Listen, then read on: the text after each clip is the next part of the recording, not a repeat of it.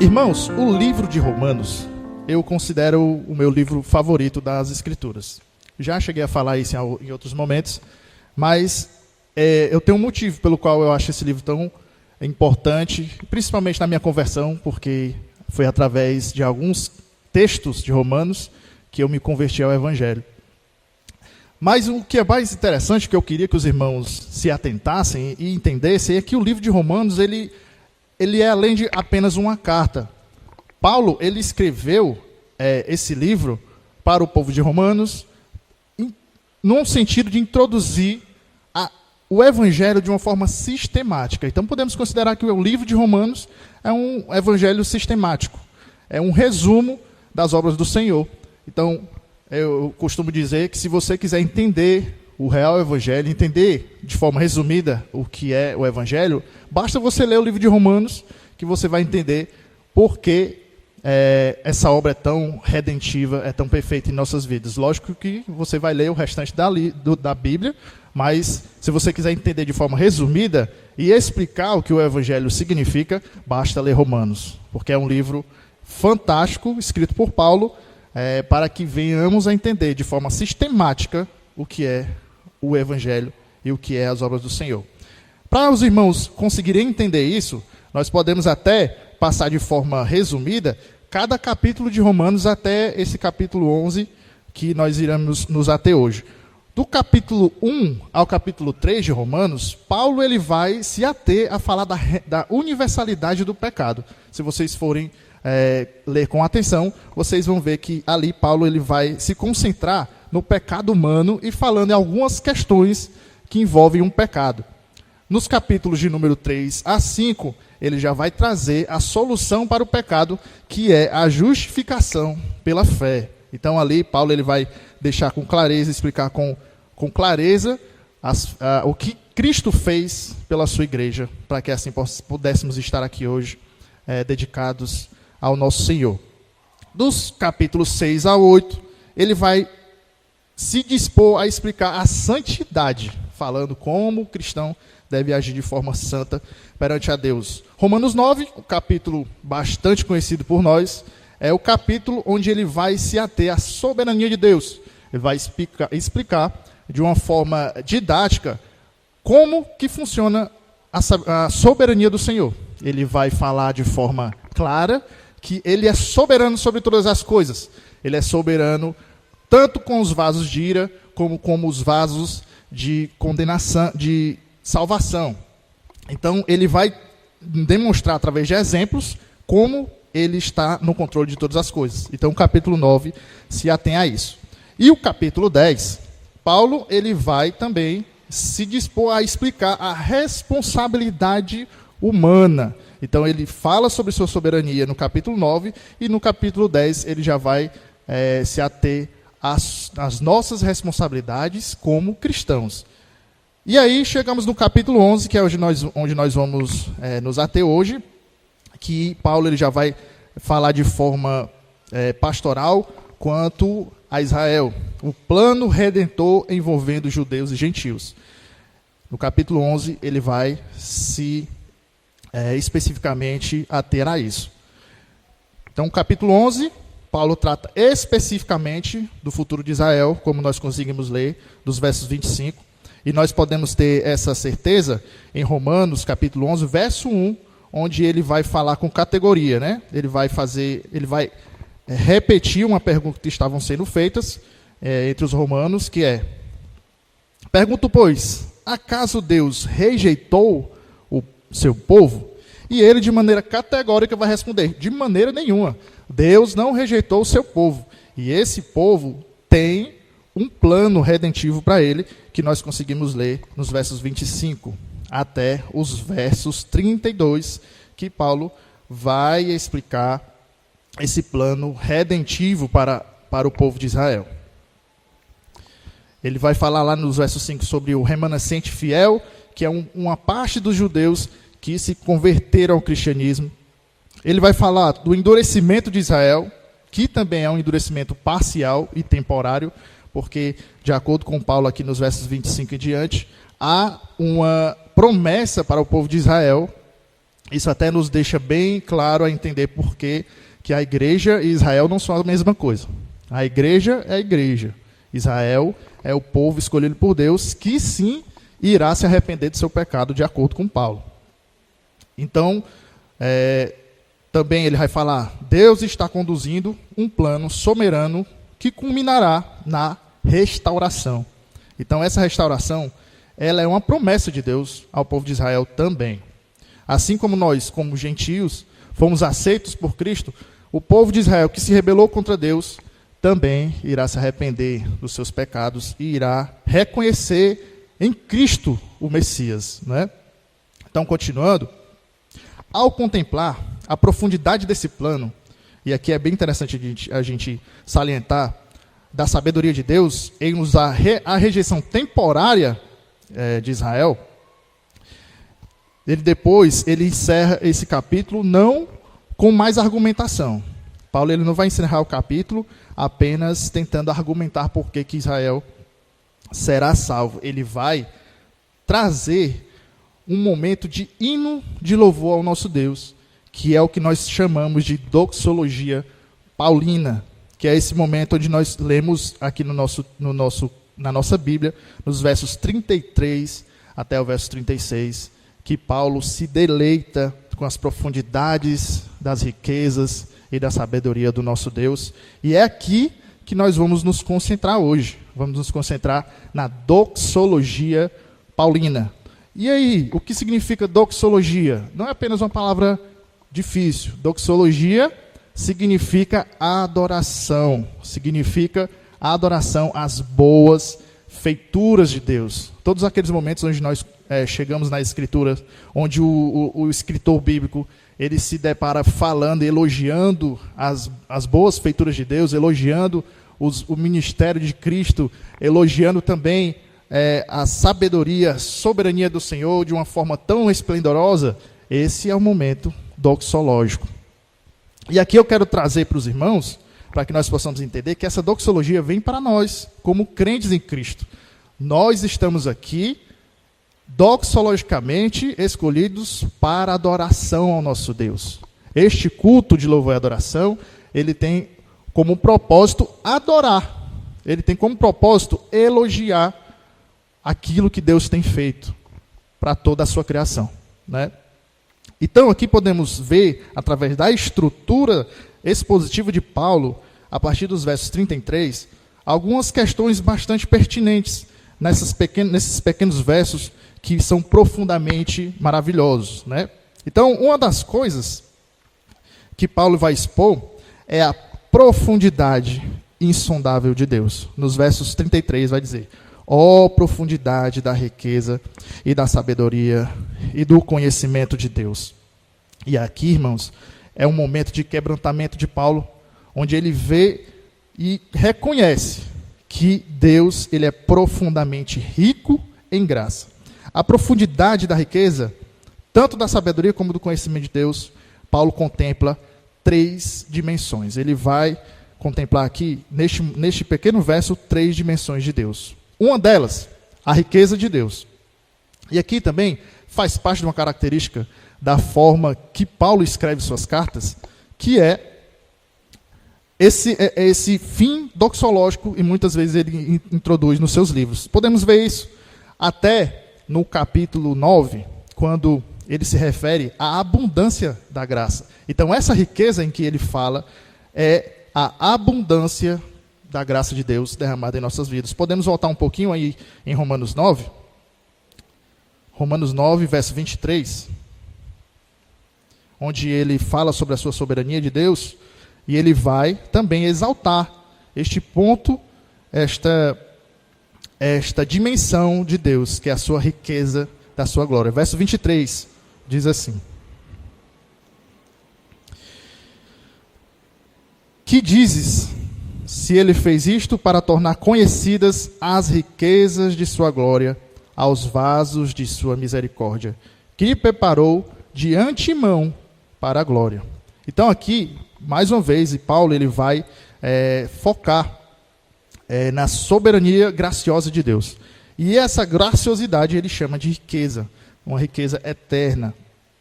Outro texto que Paulo também vai falar sobre esse termo, sobre essa dimensão de Deus, é em Efésios, capítulo 1. Então, vamos até Efésios, irmãos, rapidamente. Efésios, capítulo 1, verso 7. Efésios, capítulo 1, verso 7, que diz assim: Nele temos a redenção por meio de seu sangue, o perdão dos pecados de acordo com as riquezas da graça de Deus. Então, irmãos, isso é tão latente no estilo literário de Paulo, a forma como ele agracia-se com a bondade de Deus, com a soberania de Deus, com a sabedoria, que isso virou uma característica de Paulo, né? Ficar extremamente estupefato com as feituras de Deus, e ele demonstra isso nas suas cartas. Outra dimensão que Paulo vai ensinar, nesse mesmo verso de Romanos 11, capítulo 33, é a sabedoria de Deus, que também ele vai expressar de uma forma regozijante. A sabedoria de Deus tem como característica o seu plano une justiça e misericórdia. Ele consegue juntar essas duas coisas de forma primorosa, sábia e perfeita. Podemos também voltar um pouco no livro de Romanos, no capítulo 3, verso 26, que Paulo também vai falar sobre isso.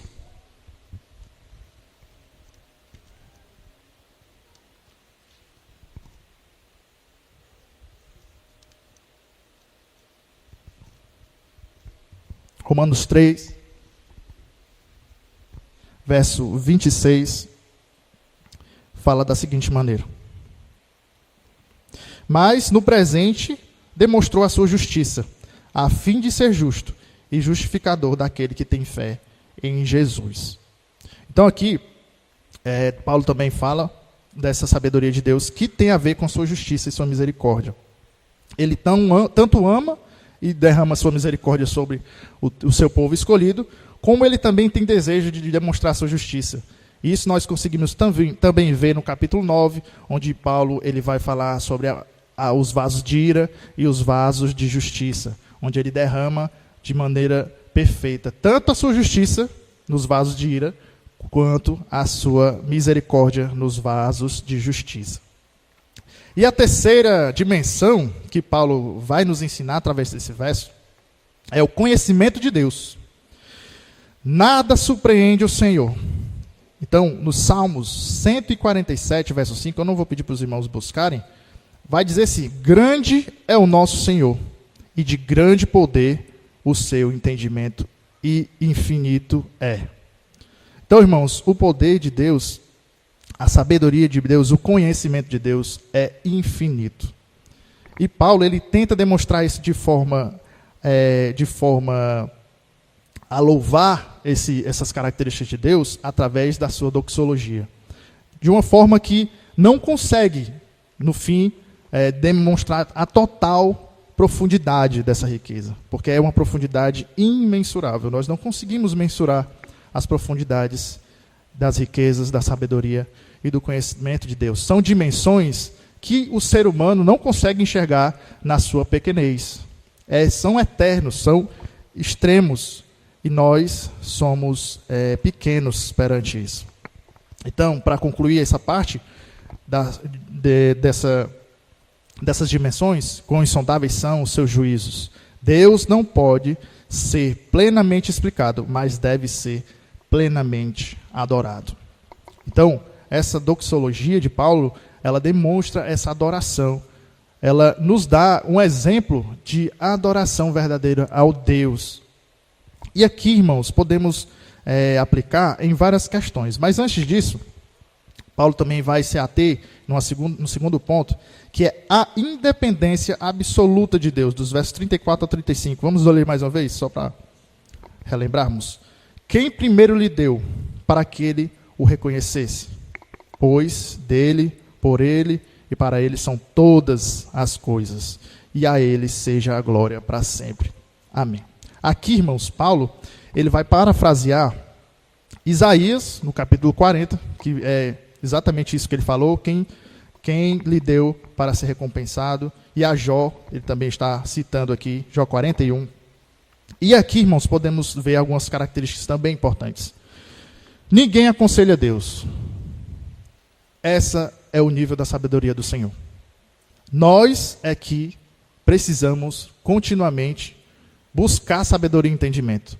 Mas Deus ele já tem toda a sabedoria e todo o conhecimento. E aqui, Isaías, ele vai deixar isso claro também, como Paulo também parafrasia aqui. Ninguém o torna devedor. Deus não deve ninguém, irmãos. Deus não deve nada a ninguém. Deus não deve a mim, Deus não deve a você. Mas mesmo assim, a sua soberania, o seu amor, a sua misericórdia é derramada sobre nós. A salvação não é uma barganha humana, é graça soberana. E aqui também podemos ver, através do verso 36. Pois dele, por ele, para ele são todas as coisas, e a ele seja a glória para sempre. Isso humilha, irmãos, o homem e exalta a Deus. Nós, lendo esse texto, vemos o quanto somos pequenos. Paulo, ele deixa isso claro também. Ele se humilha perante a Deus para poder ser um servo de Deus. E aqui, irmãos, uma terceira coisa que eu quero passar para os irmãos, e aqui aplicando ao nosso cotidiano cristão, o nosso culto público, é que a doxologia e o verdadeiro louvor, ele é cristocêntrico ou teocêntrico. O centro do louvor tem que ser Deus, nunca o homem, no culto público. Os nossos louvores precisam buscar essa exaltação. E aí Paulo, quando ele nos ensina nesses versos, esse nível de doxologia, esse nível de humilhação perante a Deus, nós temos que ter essa noção nos nossos corações também. Somos feitos para a glória de Deus. Somos feitos para glorificar o santo nome do Senhor. Porque dele e por meio dele e para ele são todas as coisas. Todas as coisas cooperam também para o bem daqueles que amam a Cristo Jesus. Aqui está um fundamento do louvor cristão. Então, o nosso louvor, ele precisa estar fundamentado intrinsecamente na palavra de Deus. Eu costumo dizer que o louvor, existe um termo latino que chama lectio sonora. Não sei se alguns irmãos já ouviram esse termo, mas esse termo, ele tenta identificar o que é um louvor verdadeiro. O louvor verdadeiro a Cristo, o louvor verdadeiro a Deus, ele é uma pregação cantada. O louvor, ele é uma leitura bíblica transformada em uma música. Então, o louvor entre nós precisa haver esse cuidado. O cuidado do louvor cristão é pregar também. Então, o louvor cristão também é uma forma de pregação. Então, a doxologia de Paulo não nasce de emoção momentânea, mas da compreensão do Evangelho. Então, quando louvamos a Deus, louvamos entendendo que temos que compreender o Evangelho da melhor maneira, para que o nosso louvor seja um louvor verdadeiro, um louvor santo, um louvor que busca elogiar a Deus, que busca elogiar as feituras do Senhor. Esse é o significado principal e literal de louvor. Louvor é elogio. Louvor é falar sobre, dedicar-se a louvar. Então, irmãos, o louvor cristão, aquele que cantamos no culto, precisa ter este fundamento. Se não houver este fundamento, não é louvor, é apenas música. E nada contra você ouvir música no seu fone de ouvido, na sua casa, onde quer que você esteja, independente do que seja que você ouça, também com cuidado, para não ouvir qualquer coisa, mas no culto público, o foco tem que ser Cristo, nunca a nós mesmos. Não é apenas performance, é louvor. Então, continuando, o verdadeiro louvor cristão, são 3 pontos, é a resposta à verdade revelada. Então, o nosso louvor precisa demonstrar a verdade revelada nas Escrituras. O nosso louvor precisa demonstrar a palavra de Deus Muitas vezes nós cantamos hinos e cânticos que são literalmente transcrição do que está escrito na palavra e transformado em harmonia, em música. Inclusive mesmo esse próprio verso aqui tem um louvor muito bonito que eu acho que nunca cantou aqui, mas eu acho muito bonito, que é aquela profundidade das riquezas, né? A sabedoria e o conhecimento de Deus. Então, esses louvores, irmãos, precisam ter lugar no nosso culto público. Um louvor onde nós exaltamos a palavra do Senhor. Então, no culto público, a hora do louvor também é uma hora da pregação. Só que de forma cantada. É onde vocês, aproveitam para falar do evangelho através de cânticos. Isso é verdadeira doxologia. O verdadeiro louvor é fundamentado na obra redentora. Então, os nossos cânticos devem sim se fundamentar no que Cristo fez por nós. O nosso louvor deve sim focar no que Cristo fez, tem feito e há de fazer. É o louvor cristocêntrico. Cristo no centro, literalmente. Jamais o homem no centro, jamais. Porque quando o homem está no centro, o louvor é para ele. Você está se louvando a si mesmo. E isso recorre a um problema grave teológico. Teologicamente consistente. Então o louvor doxológico é teologicamente consistente. Sempre tem que haver um cuidado teológico no que cantamos na nossa igreja, ou em qualquer lugar. Jesus sempre é o centro do plano exposto em Romanos. Nós vemos isso em Romanos 3, nos versos 21 a 26. Nós vemos isso em Romanos 5, quando Cristo está sempre no centro dos discursos de Paulo, né? A doxologia é cristocêntrica porque o plano eterno de Deus converge em Cristo. O plano de Deus sempre vai convergir em Cristo. Desde a eternidade, o plano de Deus era Cristo. Cristo nunca foi um plano B, sempre foi o principal plano. Como diz lá em João, né, ele é o Verbo, e o Verbo estava com Deus, e o Verbo, a palavra, era Deus. Jesus sempre esteve do lado do Pai. E ele sempre fez parte do plano redentivo do Senhor. O plano de Deus sempre vai bifurcar em Cristo. Efésios 1, vamos ler de novo Efésios 1, no versos 9 e 10.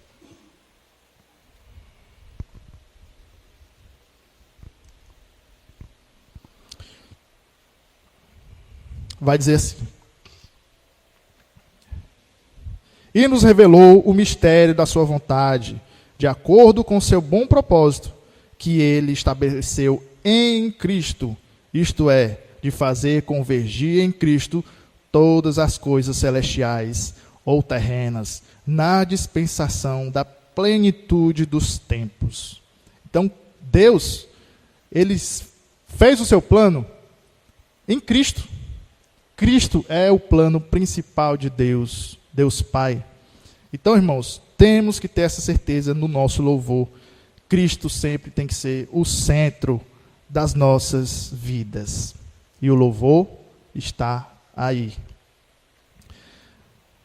Terceira coisa que nós possamos aprender também na questão do louvor é que o louvor que reconhece a centralidade absoluta de Deus é o verdadeiro louvor. Nós podemos ver nesse texto de Romanos 11 verdades cruciais. É dele, ele é a origem. Por meio dele, ele sustenta. E para ele, ele é o fim. Então, no início, meio e fim, Cristo está. Então, essa é uma certeza. Nosso louvor tem que reconhecer sempre a centralidade absoluta de Deus. No culto público, isso significa que a adoração não deve ser de maneira nenhuma antropocêntrica, ou seja, não deve centralizar-se no homem. O louvor não deve ser formas de atração, não deve ser formas de amaciar o ego dos irmãos. Não foi feito para que nós venhamos a sentir aquele friozinho na barriga. O louvor não foi feito para que nós nos sentíssemos bem. Não é por isso que nós louvamos. Isso tem que ser certeza em nossos corações. Louvor precisa ser bem feito, precisa ser bem cantado, mas não por nós, mas para Deus. E quando nós aqui do grupo de louvor cantamos, não é para os irmãos, que fique bem claro. Nós cantamos para que os irmãos possam cantar também. E essa responsabilidade dos irmãos precisa ser atendida. Os irmãos estão aqui para louvar ao nosso Deus. Todo irmão que não louva, alguma coisa está errada. Aqui somos condutores do louvor, nós somos regentes da igreja. Então nós regemos para que a igreja possa entoar um louvor santo, puro, para o nosso Deus. Quando nós louvamos aqui, não é para aparecer, mas para que a igreja possa entender o que deve ser feito no louvor. Cantar, entoar cânticos espirituais, com o coração quebrantado, em espírito e em verdade. Isso também precisa ser dito. O nosso coração precisa estar centralizado em Cristo na hora da oração, na hora do louvor e na hora da pregação, em todos os momentos do culto público. Então, isso também precisa ser esclarecido para a igreja. O louvor não é um momento de entretenimento em maneira nenhuma e nem hipótese nenhuma. O louvor é o momento onde a igreja canta para Cristo. Amém, igreja?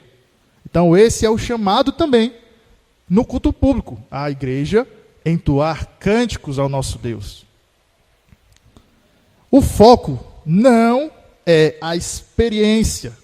Muitas vezes ouvimos louvores muito bonitos que tocam o nosso coração, que perfuram aquele localzinho onde atrai as lágrimas, né? Muitas vezes existe aquele louvor em que nós nos derramamos, nos quebrantamos, mas o propósito não é esse. O propósito sempre vai ser Cristo, a experiência é por último. Se você chorar, que seja por Cristo, não porque ouviu uma música bonita. Se você se quebrantar, que seja pelo nome do Senhor, não porque alguém que canta bem cantou e você se derreteu. Essa é a vontade de Deus na hora do louvor. O centro é a glória de Deus, revelada em Cristo. Todos os momentos do culto público precisa ter Cristo no centro. Em 1 Coríntios, capítulo 10, verso 31, vai dizer: fazei tudo, um texto muito conhecido, fazei tudo para a glória de Deus. Então, o louvor precisa ser isso. Precisa para a glória de Deus, precisa ser para glorificar o Senhor em todas essas maravilhas que Deus faz por nós.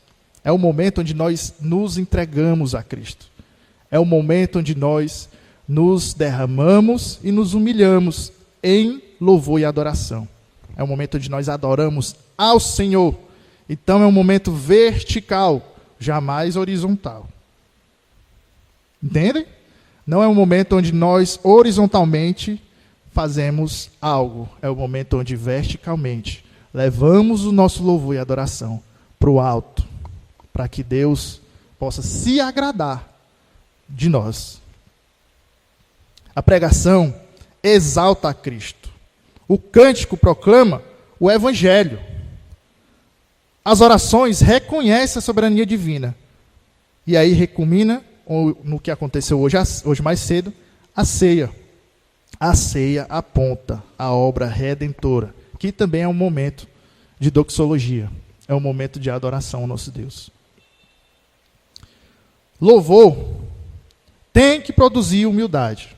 Se produz egocentrismo, não está sendo cantado o verdadeiro louvor ao nosso Deus. Louvor tem que produzir essa característica intrinsecamente cristã, que é a humildade ao nosso Senhor. Romanos 11, ele vai destruir qualquer orgulho humano. Nós conseguimos perceber nos versos 36, pois dele, por ele e para ele são todas as coisas. A ele seja a glória. Este é o momento onde o nosso coração é pisado em humilhação, porque nós precisamos nos apegar a Deus. Se a salvação é inteiramente de Deus, então o louvor é exclusivamente dele. Jamais tem que ter um outro motivador para o louvor, senão Deus. Esse é o foco da adoração ao nosso Senhor. Um culto verdadeiramente doxológico, ele tem que reduzir o ego humano a nada. O egocentrismo não deve entrar naquela porta, já começa por aí. Mas o louvor é o momento onde nós nos rebaixamos a Deus e dizemos que eu diminua e que o Senhor cresça. Esse é o momento de adoração verdadeira ao nosso Deus. Onde nós não olhamos para nós mesmos, mas olhamos para um foco, olhamos para um caminho, e esse caminho é Jesus Cristo. O verdadeiro louvor doxológico, ele exalta a graça, ele vai exaltar, sim, o que Deus fez em nossas vidas, mas ele fez. Nunca vamos exaltar o que houve em nossas vidas, mas o que Deus fez por nós. Reconhece também a dependência total. Quando louvamos ao nosso Deus, temos que ter dependência total ao nosso Deus. Temos que ter dependência total ao nosso Senhor. Apocalipse 5:12 mostra o padrão celestial. Vamos ler, irmãos, Apocalipse 5:12.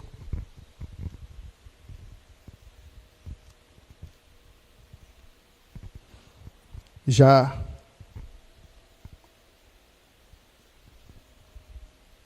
Apocalipse, capítulo 5,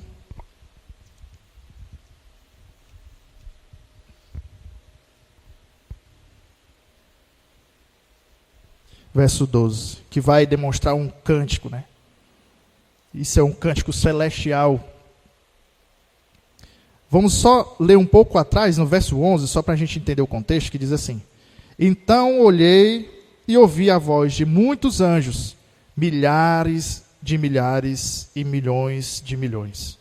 Eles rodeavam o trono, bem como os seres viventes e os anciãos, e cantavam em alta voz: Digno é o Cordeiro que foi morto, de receber poder, riqueza, sabedoria, força, honra, glória e louvor.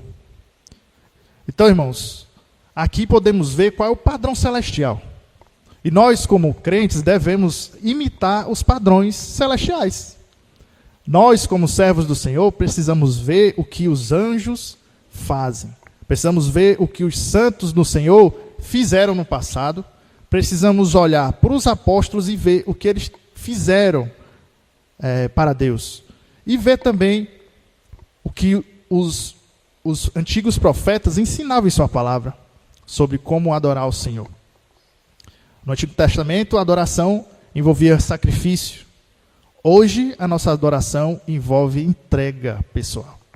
Nós entregamos o nosso coração para o Senhor, para que assim a sua vontade seja feita através de nós.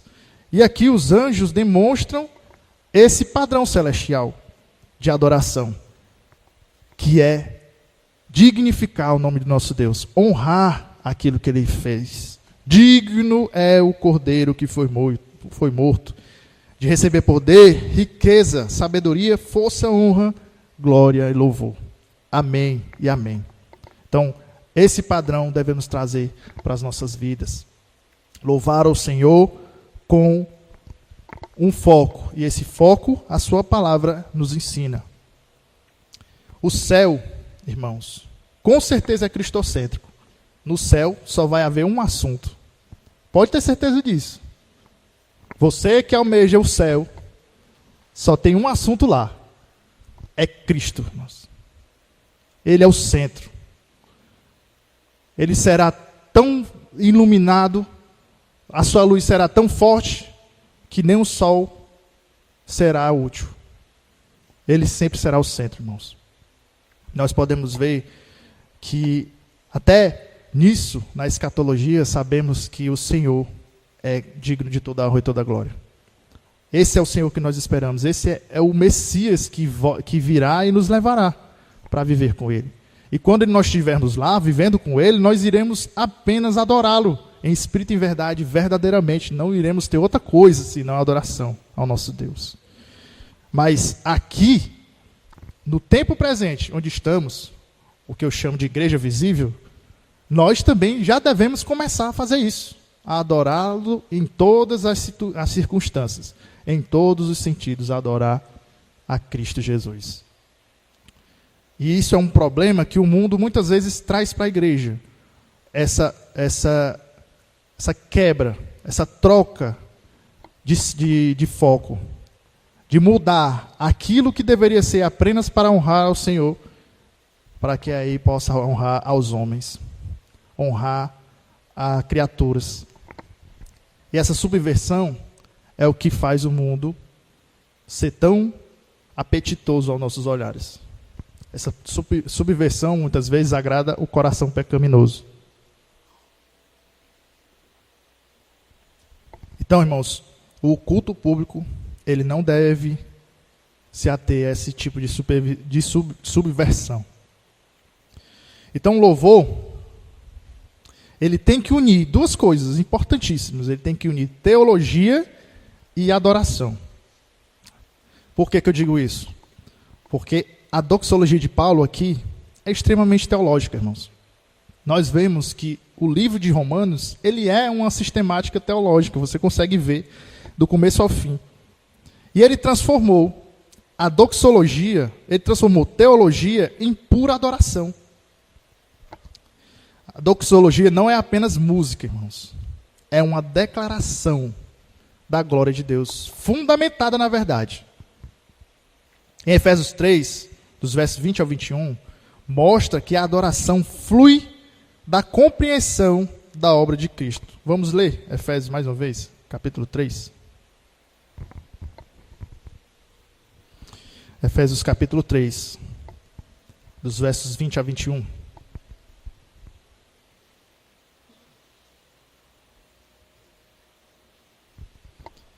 Diz assim a palavra de Deus: aquele que é capaz de fazer infinitamente mais do que tudo o que pedíamos ou pensamos, de acordo com o seu poder que atua em nós, a ele seja a glória na igreja e em Cristo Jesus por todas as gerações, para todos sempre. Amém. Então, irmãos, esse texto, ele demonstra com clareza que a adoração flui dessa compreensão do que Cristo fez por nós. O louvor, quando ele é cristocêntrico, ele entende o que Cristo fez por nós. E por isso ele não foge, ele não desvia o caminho, ele vai falar sobre aquilo que precisa ser falado. Falar sobre Cristo. Quando a igreja entende um evangelho profundamente, ele canta com reverência e alegria. Isso também precisa ser dito. O louvor, a adoração precisa ser reverente. E também precisa ser alegre. Muitas vezes nós vemos, né? Algumas pessoas que louvam de uma maneira que parece que está cantando qualquer coisa. Mas no fim, irmãos, você tem que perceber que o canto ao nosso Cristo precisa expressar a sua alegria em ter sido salvo por Cristo. Vocês sabiam disso? Que o louvor também tem esse significado. Ele significa que você, na sua alegria de ter sido salvo, que teve a graça derramada sobre sua vida, o sangue de Jesus foi derramado por sua vida. Você sabia que ao cantar a Cristo tem que demonstrar esse amor por Ele? Porque senão não passa de palavras. Se você não canta a Cristo demonstrando o que Cristo fez por você, não passa de palavras vazias. Isso precisa ser bem claro em suas mentes. O louvor precisa ter em nossos corações a certeza do Evangelho.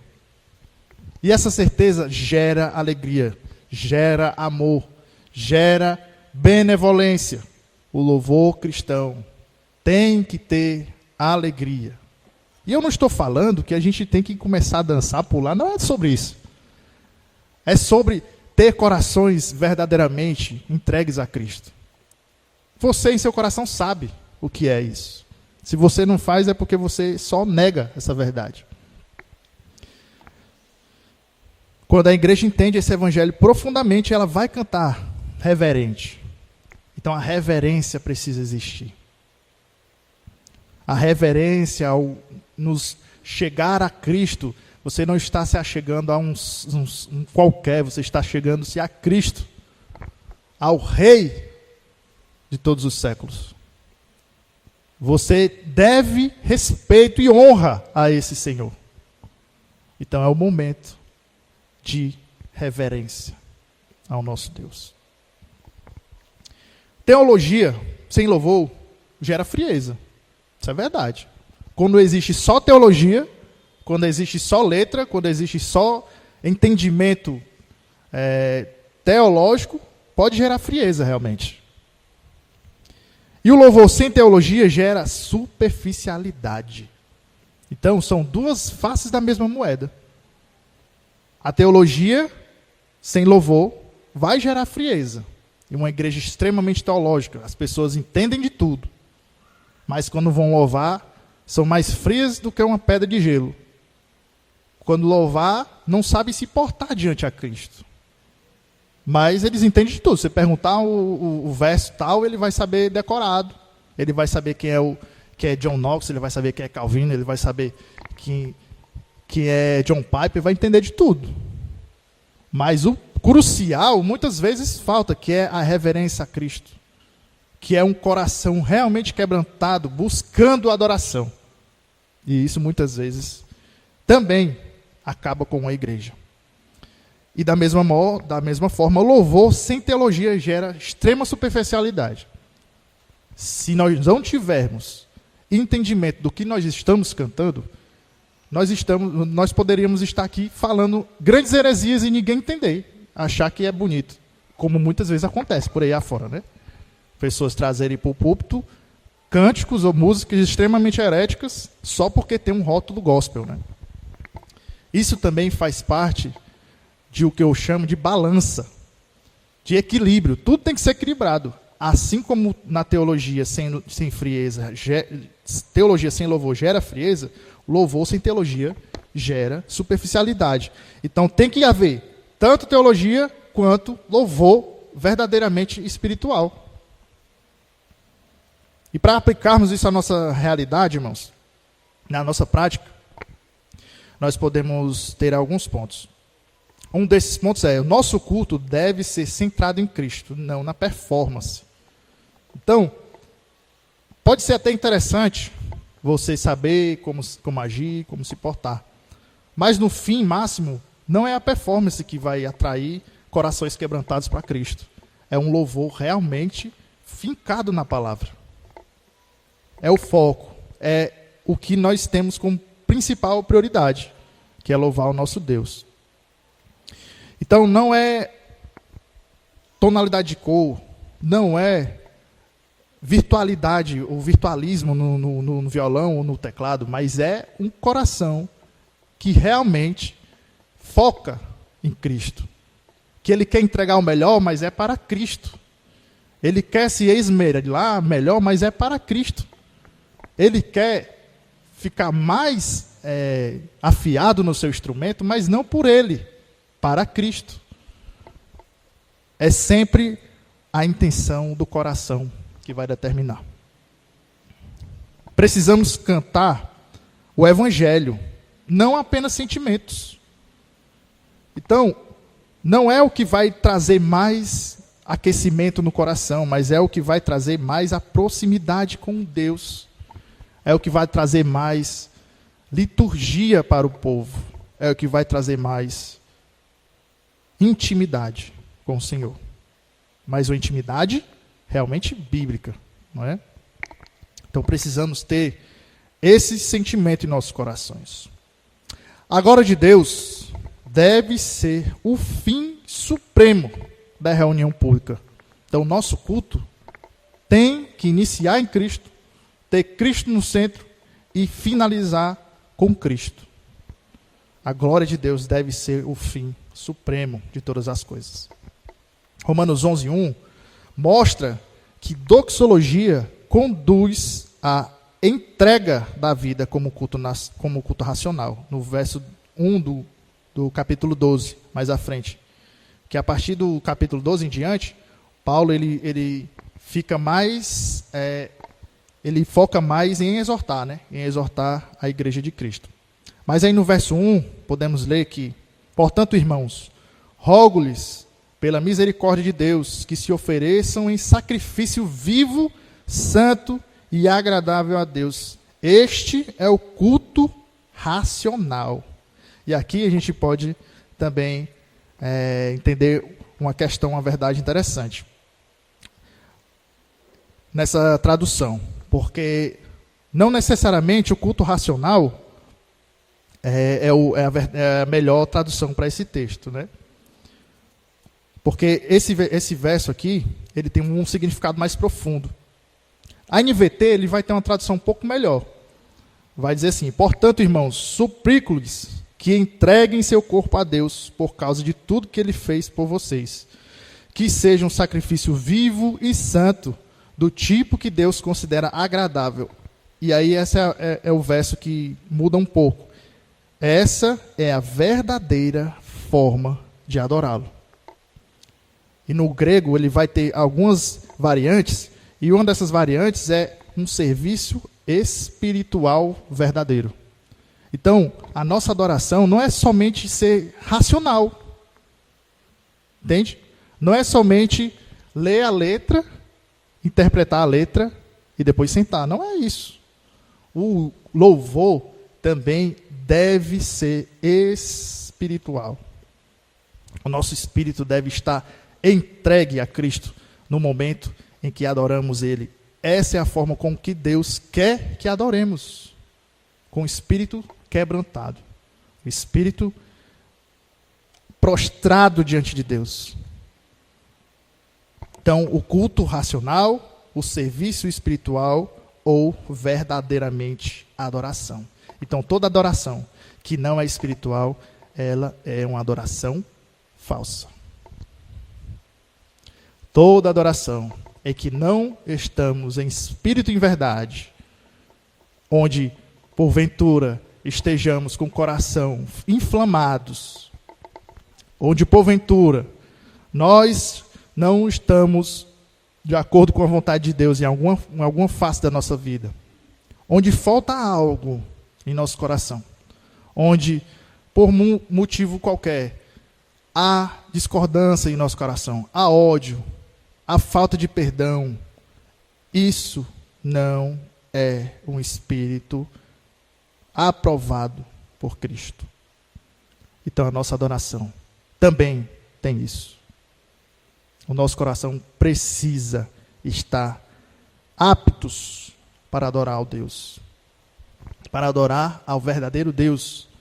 Deus, irmãos, Ele sabe do âmago do seu coração. Ele sabe e Ele sonda todas as nossas almas. Então, irmãos, que o nosso coração sempre esteja com essa certeza. O nosso dever como cristãos e adoradores é adorar em espírito e em verdade. Se não há um espírito verdadeiramente quebrantado e apresentado a Cristo, não é um verdadeiro adorador. Então há falsa adoração. Para concluirmos, irmãos, Paulo contempla o plano eterno da salvação e termina dizendo: a Ele, pois, a glória eternamente. Amém. A doxologia não é um acréscimo litúrgico, é um clímax natural da compreensão do Evangelho. Se você reparar mais uma vez o capítulo 11, Paulo ele disserta uma questão sobre o povo de Israel. E ao terminar a sua dissertação, ele vai concluir com um clímax. Qual seria esse clímax? Um louvor. Ele termina uma conversa extremamente teológica e passa a verdadeira doxologia. A doxologia não é um acréscimo litúrgico, mas é um clímax. E se formos resumir tudo, um verdadeiro louvor cristocêntrico no culto público, nós temos alguns pontos que poderíamos usar como resumo, né? Um verdadeiro culto, um verdadeiro louvor cristocêntrico, ele nasce da verdade. Então, todo louvor precisa ter a verdade de Cristo nela. E a verdade é a palavra. Ela precisa conter a palavra de Deus. Ela exalta a Cristo. Ela exalta o poderio do Senhor. Ela humilha o homem. Então, o homem que realmente adora o Senhor, ele se humilha para que Deus possa ser exaltado. Ela proclama a glória de Deus. Então, um louvor realmente cristocêntrico, ela vai sempre proclamar a glória de Deus. E ela aponta para uma eternidade. O louvor realmente cristocêntrico, ela aponta para aquilo que vem. Ela aponta para o futuro da tua igreja. A sua igreja, ela tem que sempre olhar para o futuro, aquele momento em que Cristo virá e levar a sua igreja, porque nós somos a noiva de Cristo. E a noiva de Cristo, ela espera pelo seu noivo, anseia por esse seu noivo, a todo momento, até que ele venha e que nós subamos com ele. Amém, irmãos? Que a igreja hoje possa dizer, como Paulo, dele, por meio dele e para ele são todas as coisas. E que o nosso culto seja, de fato, doxológico, cristocêntrico, teocêntrico, e que o homem não prevaleça, mas sim Deus. Amém?